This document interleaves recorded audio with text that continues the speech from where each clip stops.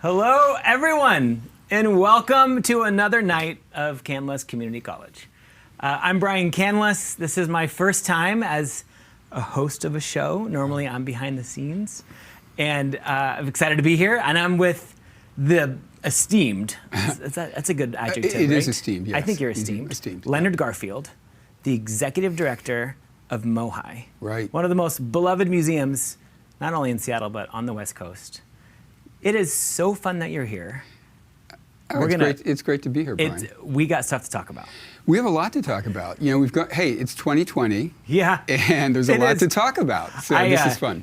We have this morning. I was with my kids, and they're tiny, 4, 2, and 6 months, and we were watching my wife, their mother, do aerobics with the Pacific Northwest Ballet right where I'm sitting in this very room this morning. And I said, like, what has happened where my wife is doing aerobics with the ballet in the dining room of the restaurant I used to run? And I thought, 2020. Yeah.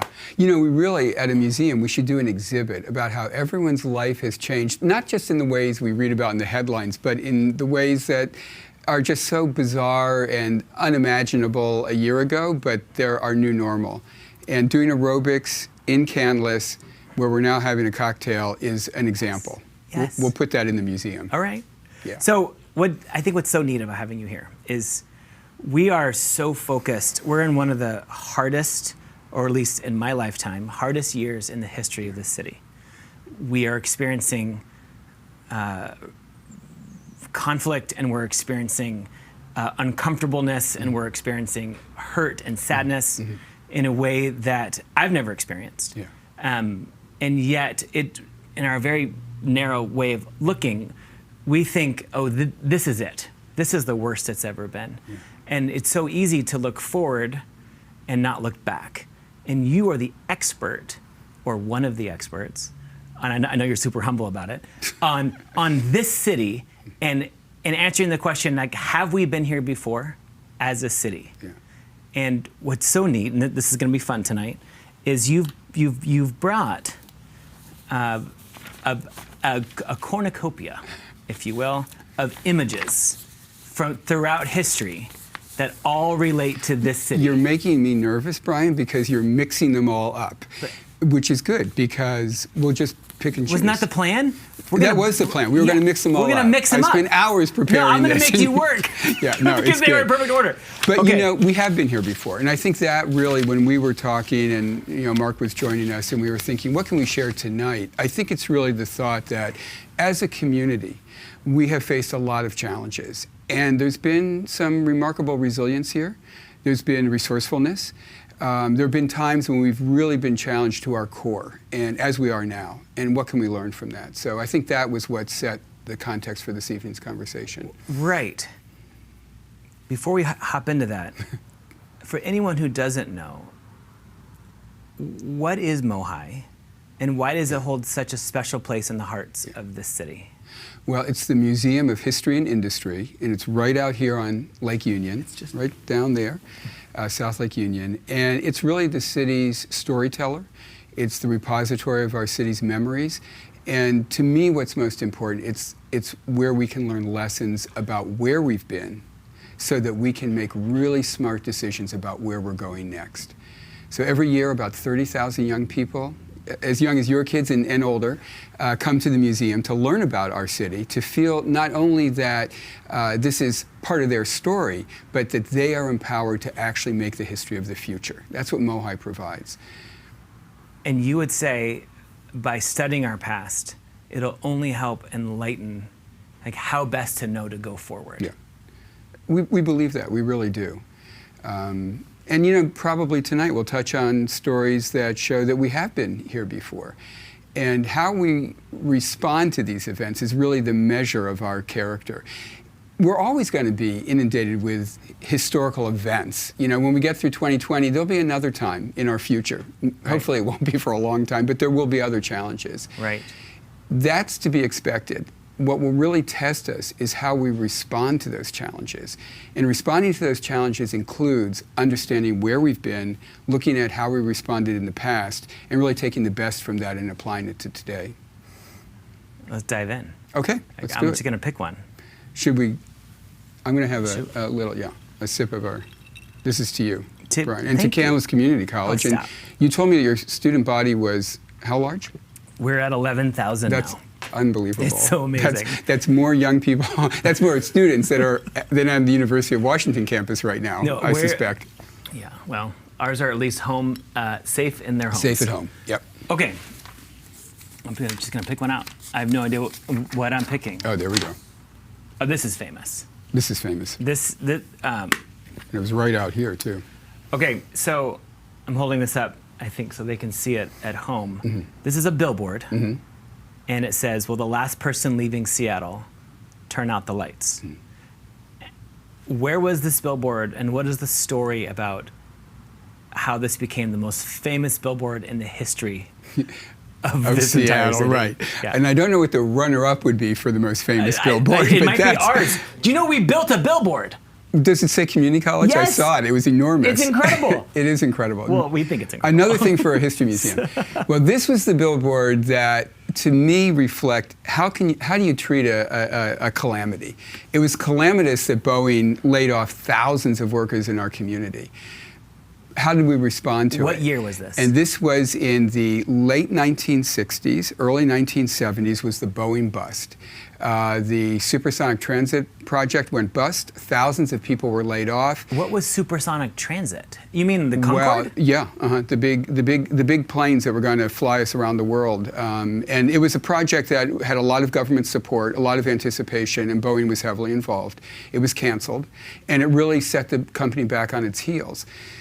But what was so interesting about it, Brian, is that people who probably should have left Seattle to find new jobs, to find new opportunities, actually chose to stay in this city. And that billboard, "Will the last person turn off the lights?" actually was a little bit of a wink, a recognition that people weren't leaving Seattle in droves. People were leaving, but they weren't leaving in droves. In fact, what they were doing was doubling down on our city. They were finding new lines of work. They were inventing new businesses. They were responding in new, really creative ways to a pretty serious economic downturn.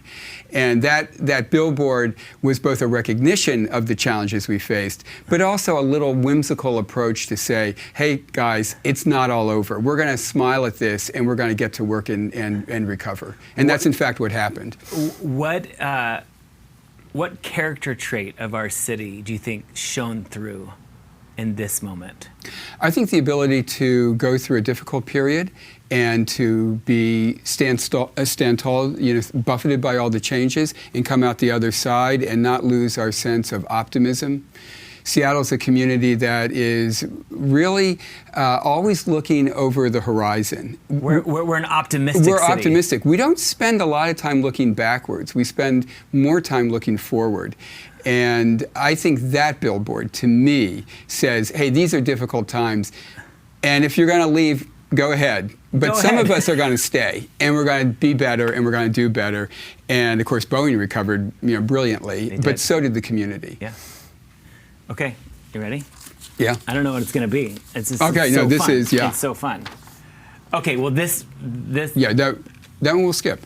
No, don't skip it. We don't skip? It's not. I know you brought it for fun, but this picture matters to me. It's one of the coolest things at MOHAI. Yeah, it's fun. And every time that our parents drove us to Kamloops Restaurant, we passed this truck as kids. And so, to me, and Mark, do you remember? It's like a defining piece of my childhood. Is this getting truck? Off of Mercer, You got off I-5 right at Mercer, Right. and this tow truck was right there. It greeted you. And it was our favorite thing to see as kids. Yep. And it's at the MOHAI. Yeah. And you brought it just to bring me joy. I wanted to bring you joy. I wanted Mark to have that iconic moment. We're That only actually iconic. drive here in the tow truck. There Yeah. you go. What? There you go. Also, for those who don't know how this works, the other brother is always off camera. And if you have comments or questions, you can send those to Mark. He's on the account, and we'll try to sprinkle some of those in. Yeah. Yeah. Awesome. And I should say that if people have comments about the history or corrections or additions, we will respond to those. Mark will forward those to us, and we'll get on those as well. I love it. Okay. You know this one. I do know that one. You just told me the story of, and Right. I would love to hear it again because it's So powerful. You know, this photograph, which is of young people doing a sit-in, but they're really doing a lie-in at Seattle City Hall in 1963. Is it the same place City Hall is today? Well, it's a different structure, but it's the same, essentially the same location. They are protesting for an open housing law. You know, Seattle prides itself on being a fairly tolerant, fairly progressive city, but we had red line neighborhoods. We had neighborhoods where people of color could not move, as did cities all across the country. And it wasn't until we had an open housing law passed in the mid-1960s that that really changed. But to make that change happen, it took young people, young black people, as you see in the photograph, who had the guts, all dressed up. You know, this was a different era. When people went to City Hall, they went in their, you know, work clothes, their business clothes. And these young people, with great dignity, went into City Hall, went up to the mayor's floor, and they laid down on the ground and they said, we are not leaving until this city responds to the need for an open housing law, because we want to live anywhere we want in Seattle. Wow. 2 years later, the law passed. But Wow. it began with these young people. These were kids. These were high school kids, saying, we're going to take change into our own hands. And it seems like that spirit is beautifully alive and well today in this city. It is alive and well. And what I think is so important about this photograph is it was people looking at the system, our democratic system, and recognizing that protest, sometimes nonviolent protest, is part of the equation. And they did that. They enacted that, and they actually, the mayor came out and spoke with them. City council members spoke with them. They figured out how can we make change happen, and they went ahead and passed the. And this the was ordinance. before really the civil rights movement of the 60s had really ignited. Yeah, it's before the era of the late 60s, when protest was a very common thing, when thousands of people took to the street for civil rights and against the war in Vietnam.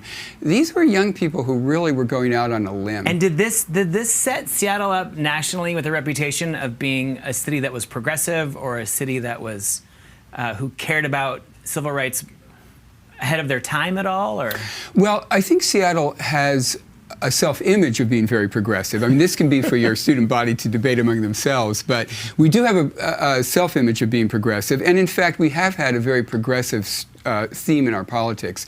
You know, back in the early 20th century, it was often said, back when there were 48 states, that there were 47 states and the Soviet of Washington, because it was viewed as such a left-wing and left-leaning state with our state politics and local politics. Wow. But I don't know if, in fact, Seattle was much more progressive than other cities, except for this fact, Brian. Seattle has always had a strong population of smart people. You know, a lot of us are engineers. That's true today. It was true 100 years ago. We're people who value education. We have a strong school system. And not just Seattle, but the whole region. And I think that our notion that we're a can-do city, that we don't scare away from challenges, we tackle problems and we get things done. I think in that sense we have been progressive, and that's included social and political progressiveness as well. that's awesome. Oh, that's the sign again. Yeah. Well, again, another fun one. Yeah, that's at MOHAI. Come check it out. We sprinkled in some fun. Is this the thing that people want to see I think the most? that's, I'll tell you what, I don't know, people are beer drinkers, they love their beer, they love Rainier, they love that R. That's the original Rainier R that was on top of the brewery alongside I-5. Because the one on I-5 now is an imposter. Well, it is. It's a replica. It's a replica. It is a replica. Because, and you know how you can tell the difference? That original, when it came to the museum a couple of decades ago, I mean, I was there when they brought it in, it's riddled with bullet holes. So no way. Yeah, I know. Progressive city that we are. Somebody on I-5 had a shotgun. Do you drink Rainier beer? I have to say, okay, I have to tell the truth. I cannot tell a lie. I'm sure I've had Rainier beer in my life. Do you drink Rainier beer? Our staff consumes an unholy amount of Rainier beer. Okay, it is one of our favorite beers. We love it with our whole hearts. We have a lot of Rainier beer at the museum because Rainier and the corporate ownership of Rainier beer, the brand owners, have been so generous to the museum, and they've given us, among many gifts, they've given us tons of beer. So if you want a Rainier beer in a can, come down to MOHAI and we'll give it to you. Come down to MOHAI. Come down to MOHAI for a beer. For a beer. Okay. This is... Next one. Well, now I think your students are going to remember this. Those who are a little bit older. What maybe. year? I am going to. You're asking me a good history question after 5 o'clock. Okay, so So- with a cocktail. With a cocktail. But, like, ish. Well, it was the cleanup of Lake Washington, so it was the 1950s, and I'm going to blank on the exact year of the election. Okay. But this was the election that established Metro. And of course, Metro is now part of King County, but originally it was an independent municipality, really. But it was created specifically to respond to the pollution of Lake Washington. We had this beautiful, as we know, this beautiful natural resource, this wonderful lake. But by the 1950s, it had really been despoiled. Why was it so polluted? How did it get polluted? It was surrounded by a series of cities, not just Seattle, but all of our Sure. all of our cities on the east side, and everybody was sending their sewage directly into Lake Washington. No way. Oh yeah. It would just drain into the lake. Yep. So the lake That's was going disgusting. to die. But rather than wait for a court to say you must clean it up or some calamity to happen to say, my goodness, it's either now or never, the community got together, average people, elected officials from a whole passel of governments, and said, let's get together, Republicans and Democrats, suburbanites and city dwellers, and let's figure out how to tackle this pollution problem in the 1950s. It was probably the largest environmental remediation in American history that was not mandated by a court order or responding to an immediate environmental catastrophe. We just chose as Seattleites to make this thing happen. Just to do the right thing. And we did it by creating a brand new government called Metro that was composed of all the surrounding governments around Lake Washington. We raised the money, we challenged ourselves to do it, and we created a sewage system that would be environmentally sound and would stop the pollution of Lake Washington. So today, we love Lake Washington. We swim in it. Yeah. We can fish in it. We can boat in it, and we don't have to worry about the health of our kids. What character trait of our city showed up here that you think can show up today Yeah. to help with our current crisis? Every crisis in Seattle's history, every crisis has a solution. It takes smart people working together, willing to look at different options, and then to settle on a plan of action and go for it. It's that sense that we can solve problems, not that we have to be constantly despondent in the face of problems, but that we can actually find solutions that work. Workable solutions, there we go. That is really a Seattle characteristic. And I think actually, Brian, as I look at the history of cities around the country, I think Seattle in some ways is unique in that we do look at problems as opportunities to do something better. And not feel so despondent and so. I feel like there's a lot of despondence in the air today. So we have to change that. We have to. That's where history helps us. We have to remember that we haven't been that way in Seattle. Right. We haven't let things stop us. We found workarounds and we found solutions and we found new ways of But doing it feels like stuff. I'm stuck in my house. I'm not allowed. Like, what can I do? Like, what would you? How can I embody the spirit of historical Seattle to actually affect change? So I think it begins by becoming informed. Okay. And not just being informed of what's happening right now, but being informed of what has happened. That's where our History Museum comes into play. Are you guys are you open? Well, we are open digitally, but we're not open in the way. Are there a ton of resources on your website to study these events? MOHAI.org, and we've got some great resources there. Okay, so be informed. Be informed of both the current day and the past. And you know, we've got great publications, and I have to say that so much of our history has been recorded by our newspapers, and the Seattle Times, which is a wonderful family-owned business, has been around for over a century. The Blethens. The Blethen family. Yeah. So we have the resources here to be educated about who we are, and of course there are lots of other good media outlets as well. So be informed. And then I think you and I were talking. One of the simplest bars of participation is to register to vote. Yeah, the minimum the minimum civil responsibility you have as a human is to register to vote Yeah. and vote, and not just national elections. Those get all the media. Yeah. But like get informed on our local elections. Yeah. And I think the ballots are going out this week. And I think the chance to register to vote is the deadline is in the next couple of days. You have a number of hours before you can register if you haven't registered.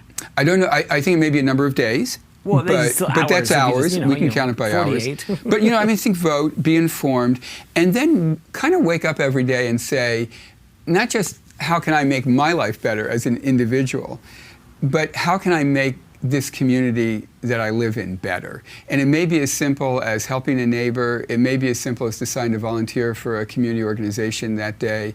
It may be as simple as just making sure that your trash is picked up. But some way that you are thinking intentionally about how to make this a better place. To think outside of how do I make my own personal life better, but how do I make my neighbor's life better? Because ultimately, if our neighbors are better and our community is better, we're all going to be better too as individuals. All right, I'm in. Okay, I don't. Oh, you know what that is? I don't. Okay, you I don't know what hold this. That up. This was just last week. That was just last. Oh wait, it wasn't just last week. It was 100 years ago last week. So that is the so-called Spanish flu. That was the deadly Which influenza. did not start in Spain. It did not start in Spain. Everybody knows the story of this now, but it's kind of interesting. Spain was one of the few places that did not embargo bad news during World War I. They were a neutral country, so they didn't have an embargo on their media. And they reported that everybody was dying, and so everybody thought, wow, everybody in Spain is dying, because all the other countries were, keeping the lid on bad news during World War I. I didn't know that. Yeah. So that's why it's called the Spanish flu. But it was a global pandemic, of course. About 50 million people around the world died during the Spanish flu. That was 1918. But what we sometimes forget is it had a second bounce in 1919. That's when President Wilson got sick. So President Trump's not the first president to be stricken by a pandemic. President Wilson was stricken by a pandemic. And then it even had a third bounce in 1920. So that's 3 bounces. So what bounce are we on? Anyway, you can... I feel like we're on bounce 2. I think we might be on bounce 2. So there may be another bounce coming in our future. That's, again, where history helps us. But the city of Seattle did something really remarkable and different than other cities. It immediately went into lockdown because it had a brand new public health office. It actually had an epidemiologist. This is back in 1918 when epidemiology was just starting. And that public health officer said, we have to mask up, we have to keep social distance, and we have to close down public gatherings. And closing down schools and theaters, which you see there, and places of worship was a very, very controversial step. It had never been done before. And we were one of the first cities to do it? We were one of the first cities to do it. Again. And Brian, here's the thing. It stopped the flu. Our fatality during the Spanish flu and the rate of our infections was greatly shortened and lessened because of these steps. Public health steps and public health precautions during the Spanish flu actually shortened the life of the flu in Seattle and saved lives. And that's a very concrete example of if we had really studied that history. 100 years ago, though it was, we would have understood that those steps aren't matters of debate, they're not matters of politics, they're just common sense, good public health protocols. Did other cities respond slower and had higher fatalities? They did. The first, and part of it was we were lucky. The flu spread geographically from east to west. It came back from Europe with returning troops who got it in Europe. So it first hit Philadelphia, New York, Baltimore. Whereas COVID-19 started here. Yeah, that's right. The Spanish flu was the opposite. Exactly. It finally got here, and so we saw it coming. We saw it coming, so we had a little time to prepare. So in that sense, we were helped out. But rather than waiting for it to show up, we had the plans in place when it did arrive, and we immediately quarantined the people who got it. And was there like civil disobedience around it? Was there controversy? Lots of controversy, but when the rules were passed, not only did people obey, but there was incredible enforcement. You can go into the historic archives, there are many records of tickets given out to people who did not wear masks. I guess spitting in public was always a bit of an irritation for people, but it became illegal in 1918. So there were lots of violations for spitting in public, spreading the flu that way. And the cooperation of the public was very, very good, but the enforcement of the laws was also very good. And I don't know, I would have to check with the city today, but I don't think we give out tickets for people who don't wear masks. Maybe we should, I don't know, but Question, do you know which theater this is, where in Seattle?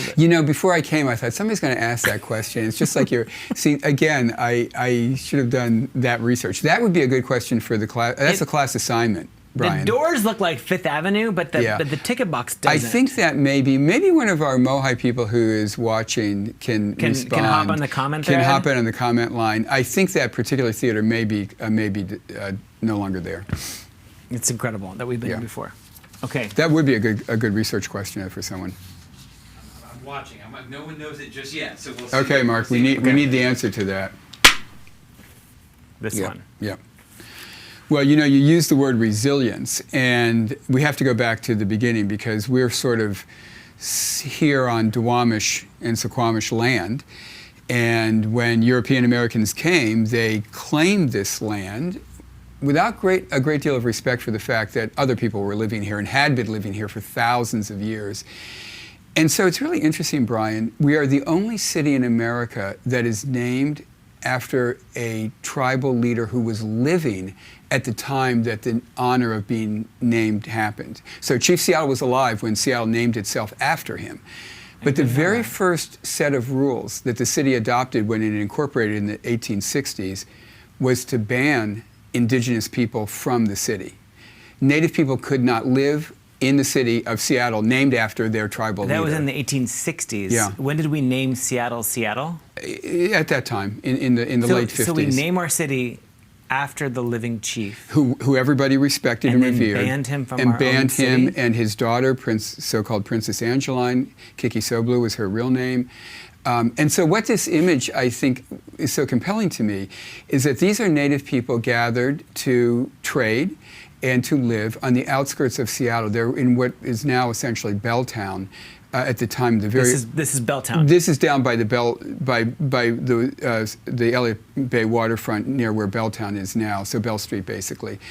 And they were on the periphery of our community, Native people, and they were forced to be there if they did not go to reservations, which of course were also being established. But they would trade. They could come into the city if they were working in a factory or working in someone's home as a domestic. But generally, they had to live outside the city, either on reservations or essentially in encampments outside the city itself. And the resilience of the Duwamish people in particular, who have never been recognized federally as a tribe, as a sovereign government, is a real case study in heroism. Still today. Still today. And if you haven't been to the Duwamish Longhouse, which is their cultural center, the Duwamish Cultural Center, which is down on Marginal Way. I'm going to get the address wrong, but you guys can look it up. You need to go there because... I haven't been. Yeah, you need to go visit it. And you need to come to MOHAI, where we also share that story. Because we are on Native ground. And I think that's really important for us to remember in everything we do, that there has been a tradition of human habitation and a rich culture and a rich economy for thousands of years, and it's still here. And that's a story of resilience. So we may look at 2020 and think, boy, the world is ending. But imagine having your land taken away from you and the struggles, and still, hundreds of years later, you're still here, and you're still struggling to be a president, to get your rights, really. Gosh. Okay, a dark piece.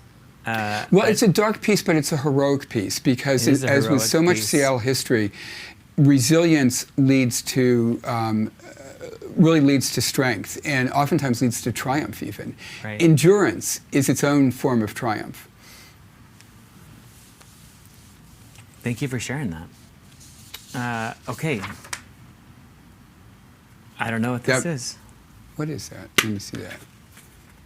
Oh, you know what that is? I don't. That's why you're See, here. we're taking these out of order, so it's like I it know, is. I'm It's fun. sorry, I It's just fun. mixed them up. It is. We've mixed it up. So right after that Spanish flu that we talked about from 1918, the very following year, 1919, we had a huge labor upheaval. It was called the Seattle General Strike, 1919. It began with shipyard workers who, after the war, saw their wages cut.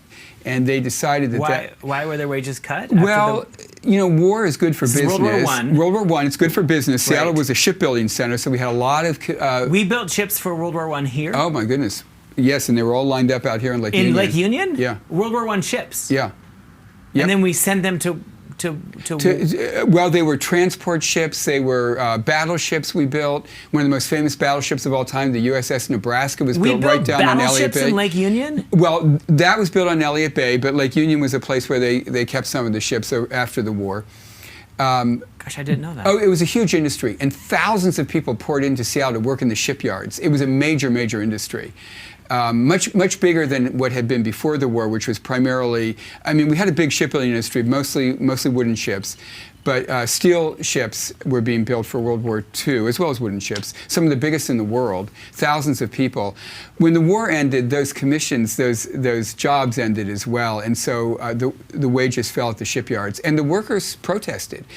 But not only did they protest, they had every union in the city, the milkmen, the laundresses, the streetcar operators, every form of labor in the city joined in the strike, and everybody stopped working. So everyone united. Everyone all united. The unions said, no, if the ship guys are upset, we're upset too. And we're not going to work. And so for a week, and now we're looking at this from the perspective of 2020, but before 2020, that was the largest time period in which people in Seattle did not go to work. The city shut down. Every business ended for about a week, and it was called the general strike. It was and no one went to work. Nobody went to work. And because nobody went to work, and including streetcar operators and the people who were basically running the infrastructure of the city, everybody had to stay home.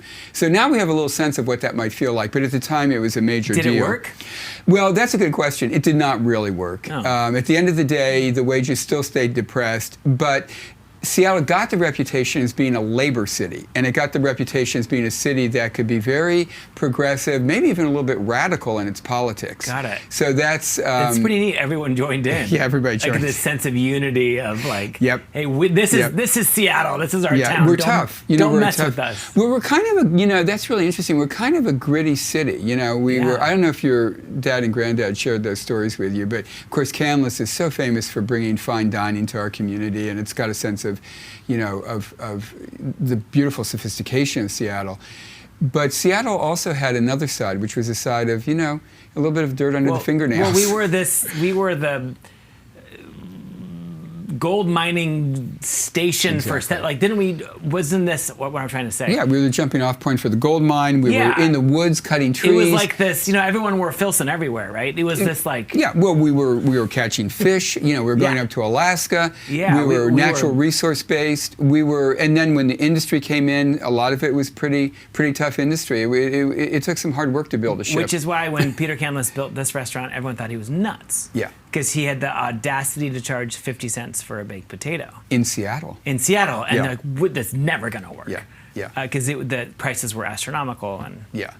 Our original name as a city, when American settlers came out here, for a while they wanted to call it New York. You've probably heard that, right? I've never heard this. You've never heard that. They wanted to call Seattle New York? New York, in honor of the great metropolis, right? But didn't New York obviously already existed? It did exist. Well, this was going to be an homage to New York.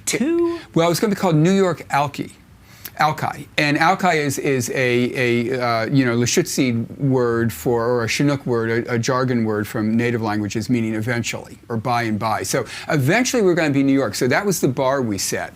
But that bar fell pretty quickly. And I think when things like Kamloops came to be, it reminds us that we have been a really tough, resilient city with a real good, strong working class character, but we've also been a city with great aspirations and a city that's always tried to see where can we plug into the greater scheme of great metropolises like New York. So it's kind of fun to think about that. I love that. Quick note about that. They're wondering, isn't that why we have a replica of the Statue of Liberty at Alki? Is that what's going on there? Oh, is that why there's a Statue of Liberty there? Wow, that is really interesting. Leonard's mind. Again, boo, you just blew up my brain. No.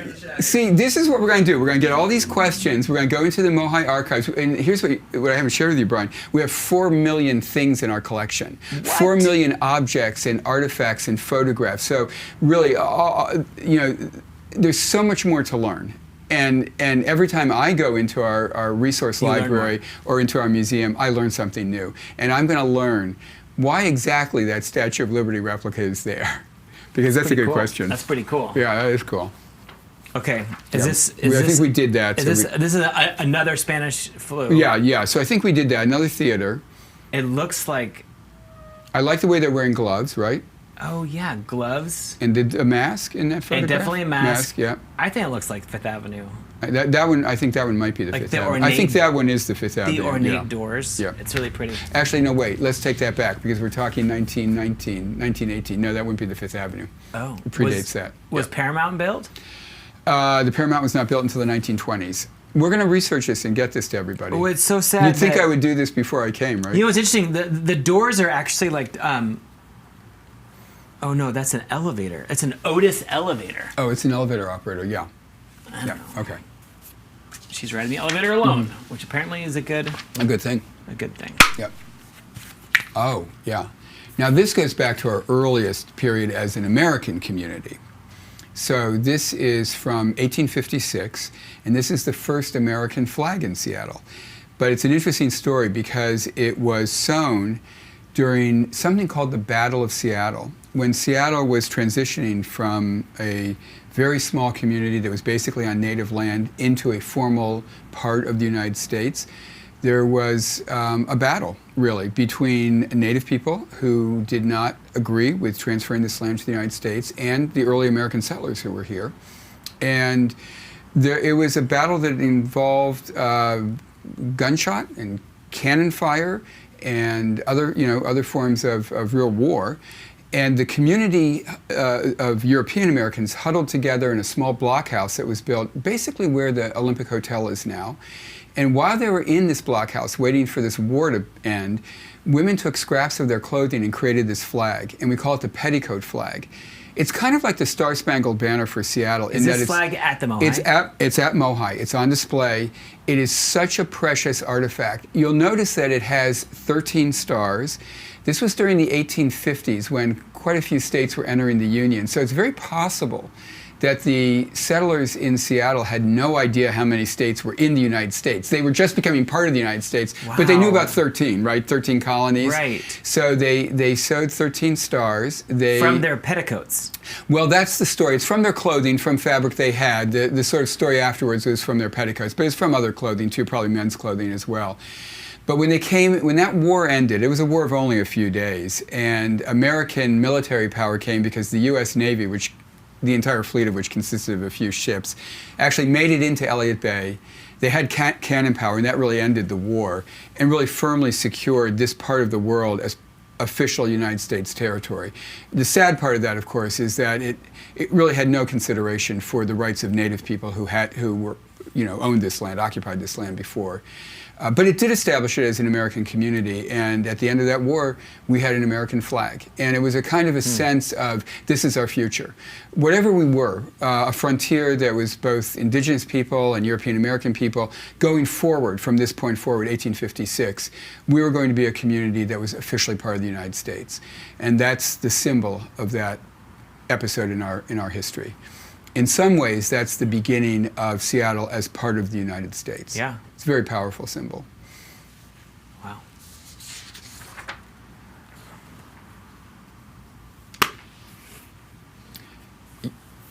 And those are. What year are we? This is probably about 1943. This is right in the middle of World War II. Okay. These are our Rosie the Riveters. These are actual Rosie the Riveters. These are Rosies. With the I can do it. And they're riveting. They're actually riveting. They are riveting there. That's the rivet guns. That's actually a Kenworth factory, but they're making parts for Boeing bombers. Where? Actually, this particular factory was in South Lake Union. It wasn't very far from where we are. Seattle was the classic home front city during World War II. The world, again, 2020, the world's falling apart, right? It was falling apart in the 1940s, early 1940s, probably the greatest threat to democracy and human freedom ever. And winning that war took everybody's efforts. Everybody had to get involved, including everybody in Seattle, including people who had not been allowed in the workforce. But women, people of color, people from all walks of life joined to become part of the home front fight to win World War II, just as the guys in the service and the women in the service fought on the front lines. You're saying it took every Seattleite, also every American, pretty much doing their own part to win this Yep. war, which is historically you would say the greatest threat on a grand scale that our city had ever seen. I think it's the greatest threat that the Yeah. spirit of freedom and democracy in the world had ever seen. Yeah. With millions of people killed brutally in the Holocaust, with governments overthrown and countries occupied, and with really this totalitarian rise that was. And America was a bulwark of democracy, and Seattle was a bulwark within that bulwark. Right. That shows what we can do. We, in many ways, the bombers that were turned out by Boeing significantly helped win that war. And the women and the men of all different colors and ages and skill levels in Seattle that contributed to that can legitimately be called heroes. Is there a piece of this where you look at it and you think, in the current crisis that we're in, everyone can play a role. Yeah. It's not just doctors on the front line Yeah. or people trying to develop a vaccine, or I can do my small part. I can wear a damn mask. That's the least I can do. And then Yeah. there's more I can do. And I don't want to, this is not about promoting you guys, I know that, but what you're doing to keep your employee base employed and to keep our community well fed and to keep our spirits up. It's those kinds of things that actually make a difference. And I've been so inspired by what's happening on the front lines here in our research community at UW, at Fred Hutch, at the Gates Foundation, the incredible leadership that's been shown. But also, as I go around the community and I see people jogging by themselves wearing their masks, they don't probably, from a health standpoint, need to wear a mask when they're jogging alone. No, but the spirit But is you there. know what? The spirit is there, and that's gonna hold us in good stead. Yeah. In fact, you say that. I think a few months ago, I would get frustrated at people driving alone in their car with the mask, but now I'm like, I feel like they're cheerleaders for doing the right thing. doing right? the right thing. Yeah. I'm out of the window, but like, yeah, we got this. Like, Yeah. We that's got not this. helping, but yes, like. We got this. And I love it on the Space Needle not far from here. Isn't there the big sign that says Seattle, we have this, or something like that? We got this. We got this, yeah. Do you know that this silly little restaurant started that hashtag? I did not know that. It's true. The very Mark and I. Pop over next. It was like 11 p.m. at night, and we were about to. Definitely 2 in the morning. Yeah, we were about to send the email to our mailing list that said we're going to close the dining room and we're going to create this drive-through burger stand that we which did was for so a while. popular, yeah. And Mark was writing the email, and he's like, we need to finish it with something catchy. And anyway, I think Mark, you wrote, we've got this. Well, I wrote like 2 long paragraphs, and somebody said, no one's ever going to read that. You got to just say it. I think that was Jeremy. Yeah, I think Jeremy Beasley actually said, no, just say it. And so that was the spirit. Was Wow. why don't we just remind everyone that we can do it. And then when we did the Instagram post the next day, I was like, oh, we need a hashtag, and we did hashtag we got this without which my wife, her grammatical self, cringes to this day that it's hashtag we got this. But then that phrase became kind of the battle cry for our whole city, and the Seahawks put it out and it was on buses, and it was above the Space Needle. I had no idea. And so this restaurant really should be rotating around the top. Oh wait, there is a restaurant up there rotating around, but it should be canless, right? No, we love those guys. In fact, just today we launched one of our, we do these field trip drops every week and today we did a Space Needle roof tour. Oh, cool! It's so and cool. Stay tuned until next week. Okay. I think we're gonna do We'll look for another that. cool drop of an exclusive Seattle experience that you could never get. That's neat. But it's nice to know that you guys were the first. We were it's true. Mark, how are we doing? So, we've got about 10 minutes. Okay. We've got a few questions. We have lined questions? up, Maybe we so should take maybe questions. And we can do rapid fire. You guys got about 5 more minutes, and we'll launch it. Okay. Okay. What am I looking at? Yeah, this is a more complicated story. This is from the 1880s. This is Seattle, and this is what they called the anti-Chinese riots. And this is a bit of a reminder that our history has been rocky at times, and sometimes it's about who belongs here. We're talking a lot about who belongs in the United States and who belongs in a community, and how do we define that. In the 1870s and 1880s, a lot of Chinese immigrants came to the United States to do work that nobody else wanted to do, but it was important work. It was building a railroad. In our region, it was digging coal. It was working in our factories. But when the economy went bad, people decided that, hey, those people aren't really us people, and they have to leave. And this was true up and down the West Coast, where Chinese Americans were being forced, physically and violently forced, out of their homes, out of their workplaces, onto ships, and out of this country. And in Seattle, we had a battle over that, about who belongs here. But to Seattle's credit... The battle was who versus who? Well, the victims were the Chinese immigrants who were doing all this work and were willing to work at probably wages less than American workers were willing to work at. The who was pushing against them were other Americans, non-Chinese Americans. But to Seattle's credit, a lot of the leadership of Seattle said, you know, this is fundamentally wrong.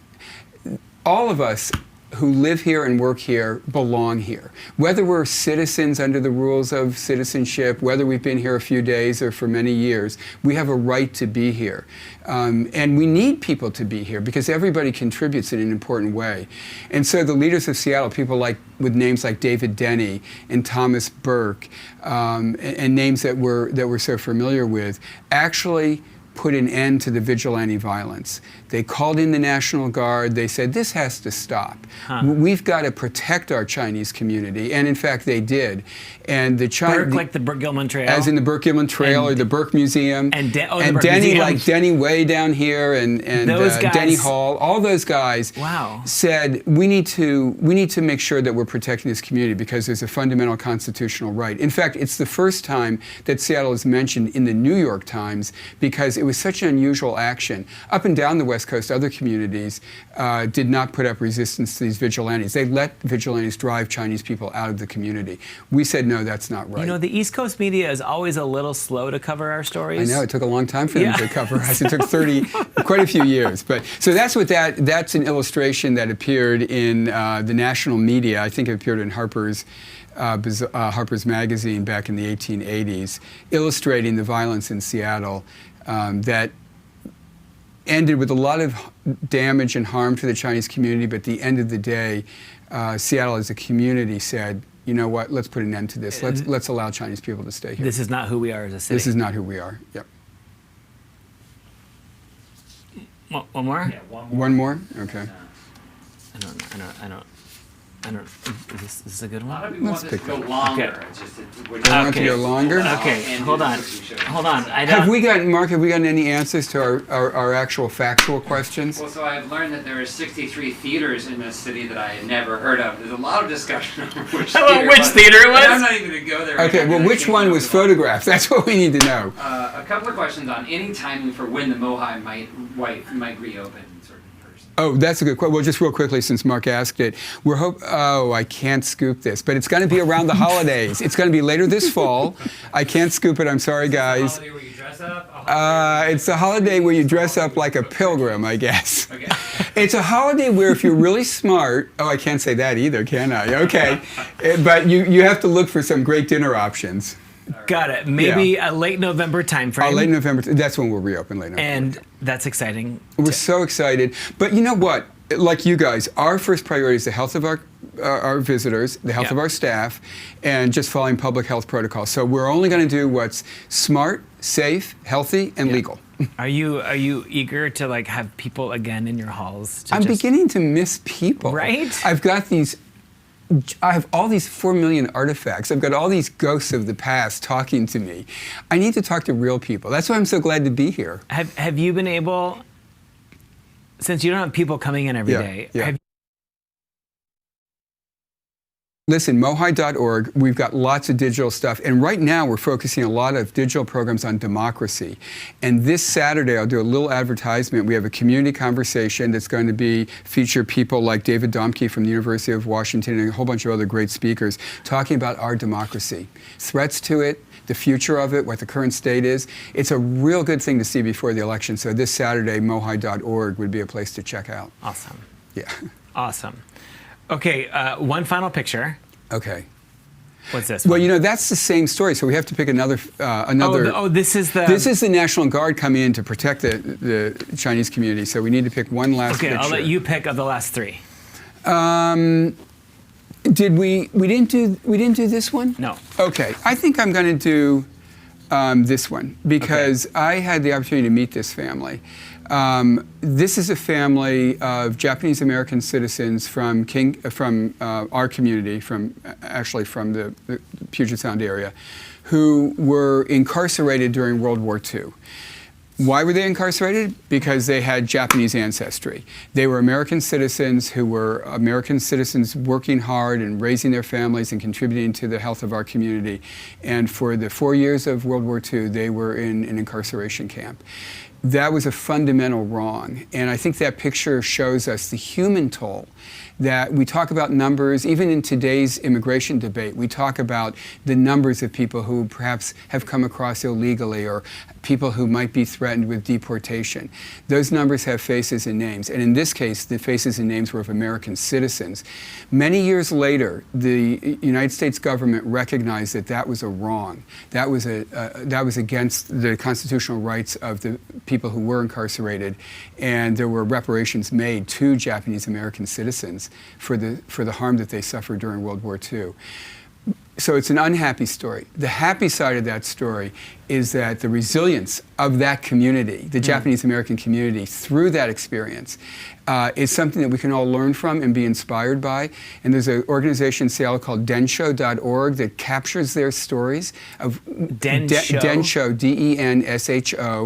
DENSHO.org, which captures those stories and records them in oral histories and in films. You must visit it if you haven't. The story is also told at MOHAI and at the Wing, Luke Museum. And it is one of those real examples where we really have to say never again. But the folks in the history world these days say never again is now. And that's not to say it's now in 2020, but it's always with us. There's always going to be threats to our civil liberties. There's going to be threats to the things that we hold dear. And we have to be vigilant. And if we look at history, we know that being vigilant isn't something that is overwhelming. We can do it in small ways and in big ways. And if we do it collectively, we can come out stronger and better. And I think that's the message that history museums try to share. That's awesome. Thank you. A couple of quick ones. Folks would love to know, like, is there one book, two books, just a reference point if they want? So many people want this thing to go longer. What is the Leonard Garfield? Yes, take us to, I recommend this book. On your bedside table. Okay, right on now, my what do we need to bedside read? table right now, and it really is on my bedside table. I love it. It's the new book by David Berge, UW Press, about Chief Seattle, and it's called Seattle: The Man in the City Named for Him. I'm probably mangling that title, but look it up. UW Press. Excuse me. Now we shouldn't do this, right, without practicing. But I think it's Sasquatch Press. But anyway, it's David Berge, B-U-E-R-G-E, is the author. It is a fascinating study of trying to reconstruct the life of Seattle. Seattle the man? Seattle the man, and all the intersections that he had with the city. So to me, from early Seattle history, that's the best. In more recent years, there's a classic from the 1970s, Roger Sale's Seattle Past to Present. It's now several years out of date, but it was recently reissued by University of Washington Press. I've got that right. That's always a good one to look at. But Seattle history has primarily been dealt with in topics and themes. So pick your theme, the one you like. Go onto Google and look up books that have been written about that, and you'll usually find there's a good environmental history of Seattle, there's a good history of gay Seattle, there's a good history of Seattle business history. So there's some good individual histories out there, but you know what we're missing though? We're missing that updated overarching history of the whole city. You could write it. Well, maybe when I step down from the Museum of History and Industry, I'll think about that. Come on, that'd be amazing. There's some great historians in our community. We're very lucky who are also great writers. So I suspect that book is out there. Okay. Mark, you got one more? Hearing a lot of thoughts that it could have been the Pantages Theater, by the way. But one thing, there was an early question about the ship canal. Let me see if I can find this. Talk about the ship canal completion when they were building the Mountain Lake Bridge and opening it. Was that a part of like 1919, was that a part of the history that you were telling? Did the Mountain Lake Cut and the Ship Canal Bridge and all of that play an important role in that time period? It certainly did. It was pre-pandemic, so it was completed before 1919. Okay. But it was an amazing engineering feat. It was every bit viewed by Seattleites as equal to the Panama Canal. No way. Of course, slightly shorter. What's that? Slightly shorter. Yeah, slightly shorter, exactly, and slightly less economic impact. But the notion was we were going to. That's very Seattle of us. Yeah. It was a great vision, though, because that vision started, I think I've got time to say this, in the 1850s when Thomas Mercer went to the shores of Lake Union and named it Lake Union. Why did he name it Lake Union? No idea. Because he thought that Lake Washington and the Puget Sound would be unified through a canal that would have this lake at its centerpiece. That was a vision that didn't come true for decades and decades and decades. They tried and they failed until finally, in the early 20th century, the Lake Washington Ship Canal was opened. And the notion was it would help industrialize Lake Washington. That never really came to pass. But it did allow seagoing vessels to come into Lake Union and into Lake Washington. And it certainly precipitated a lot of development around both of those lakes that we didn't have before. But it was an exciting time. Your final thought on studying Seattle's history. What is your word to the city for what can we take from the character that you know to be true of the people in this town, of how to have hope for going forward through our current crisis? Yeah. Well, I think if we look to our past, we see that we have been here before, to go back to the original question. And we've emerged stronger and better if we all feel responsible, if we all hold ourselves and our community accountable, and if we're all really willing to lean into that every single day. And I think the best of Seattle history shows that we have done that. And I know that we can do that again. It's just a matter of recognizing that it's not an outside force that's going to create history or shape our future. Right. We are responsible. Yeah. We are making our history right now. If we all truly understand that, believe it, and act on that, I think we're going to be in really good shape. Leonard, thank you. So great to learn from you. I feel like I just had Seattle History 101. Are you in for 201? I'm like, I mean, we'll do most common thread on here. It's just 201. I love studying our city. I love this city. I was born here. I was raised here. I live here, and I feel like I've learned more in the last hour than in the last 40 years. So well, thank you. It's a gift having you here, and thanks for being a part of Kamloops Community College. Thank you, Brian. For those watching at home, I think there's a cooking class starting in an hour or something. We're doing at 7 o'clock. Yeah. It's with Musang. We're doing Philippines food. Super exciting. Thank you, Leonard. Thank you. Good night or good day. Good afternoon.